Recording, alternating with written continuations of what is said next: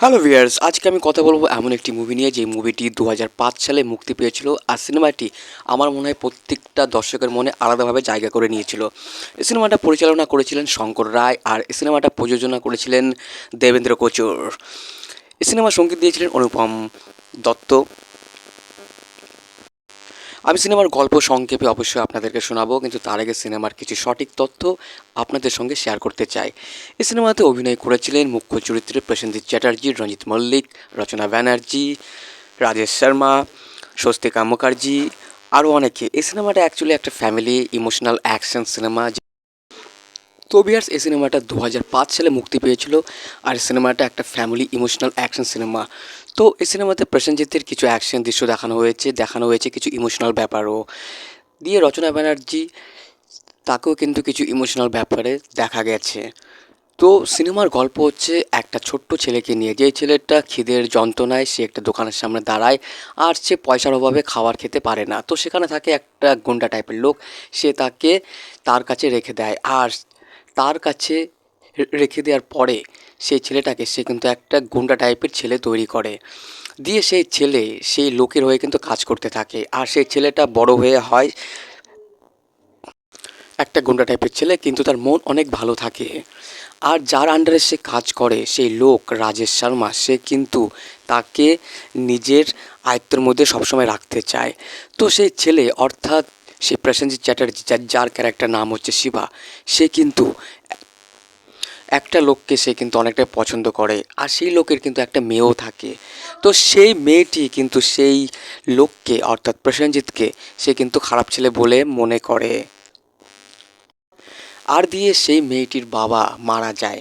দিয়ে পরে সেই মেয়েটির দায়িত্ব কিন্তু শিবা নেয়, অর্থাৎ প্রসেনজিৎ নেয়। দিয়ে পরে তারা স্বামী স্ত্রী হয়। আর সেই মেয়েটি অর্থাৎ রচনা ব্যানার্জি, সে কিন্তু প্রসেনজিৎকে বলে যে ও যেন ওই কাজ ছেড়ে দেয়, ওই লোকের আয়ত্তের মধ্যে সে যেন আর না থাকে। কষ্ট করে মেহনত করে পয়সা রোজগার করে সে যেন জীবনযাপন করে।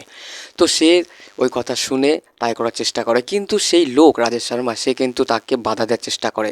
আর সে কিন্তু বাধা অনেক পেলেও সে কিন্তু তার ওই আয়ত্তের মধ্যে থেকে, সেই সব কাজের মধ্যে থেকে নিজেকে অনেক দূরে সরে নিয়ে যায়। আর পরে দেখা যায় সেই শিবা, সে তার স্ত্রীকে নিয়ে দূরে কোথাও থাকতে শুরু করে। আর শিবা অনেক পরিশ্রম করে টাকা রোজগার করে সে সংসার চালায়। আর তারা সুখে দুঃখে বেশ ভালোই থাকে।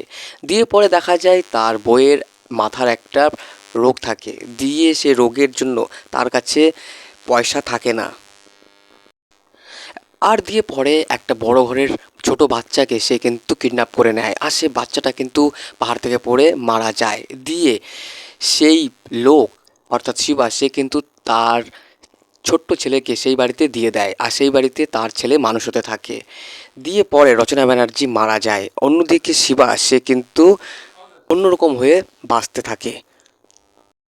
পরে যখন শিবার ছেলে সেই বাড়িতে বড় হয়ে যায়, তখন কিন্তু তার ছেলে কুনাল, সে কিন্তু জানে না যে তার বাবা একটা ক্রিমিনাল ছিল। দিয়ে পরে যখন সে জানতে পারে যে তার বাবা সেই লোক, দিয়ে সেই লোককে আদালত থেকে ছাড়াতে হবে। দিয়ে কুনালের সৎ বাবা মা তাকে বলে তার বাবার ব্যাপারে। দিয়ে কুনাল অর্থাৎ সেই প্রসেনজিতের সেই ছেলে, সে তার বাবাকে বাঁচানোর চেষ্টা করে। দিয়ে সে বাঁচানোর জন্য অনেক চেষ্টা করে। দিয়ে তার বাবা মারা যায়। তো ভিউয়ার্স, এই ছিল সিনেমার সংক্ষিপ্ত কাহিনী। আশা করি আপনারা গল্পটা সংক্ষেপে বুঝতে পেরেছেন। যদি ভুল ত্রুটি হয়ে থাকে আমাকে ক্ষমা করবেন। তো এই সিনেমাটা পরিচালনা করেছিলেন শঙ্কর রায়, আর সিনেমাটা প্রযোজনা করেছিলেন দেবেন্দ্র কোচর। এই সিনেমাটা 2005 সালে মুক্তি পাওয়া একটি অ্যাকশন ফ্যামিলি স্যাড মুভি। আমি মুভিটার বাজেট ও বক্স অফিস নিয়ে কোনো তথ্য পাইনি, তবে এটুকু বলতে পারি যে হয়তো সিনেমাটা সেই সময় বেশ চলেছিল। তো এই সিনেমাতে প্রত্যেকটা ক্যারেক্টারের অভিনয় আমার মনে হয় ঠিকঠাকই ছিল। এই সিনেমাতে প্রসেনজিৎকে ডবল রোলে দেখা গেছে। সিনেমার সঠিক তথ্য ও সিনেমার সংক্ষেপে গল্প জানতে হলে আমার চ্যানেলকে সাবস্ক্রাইব করুন।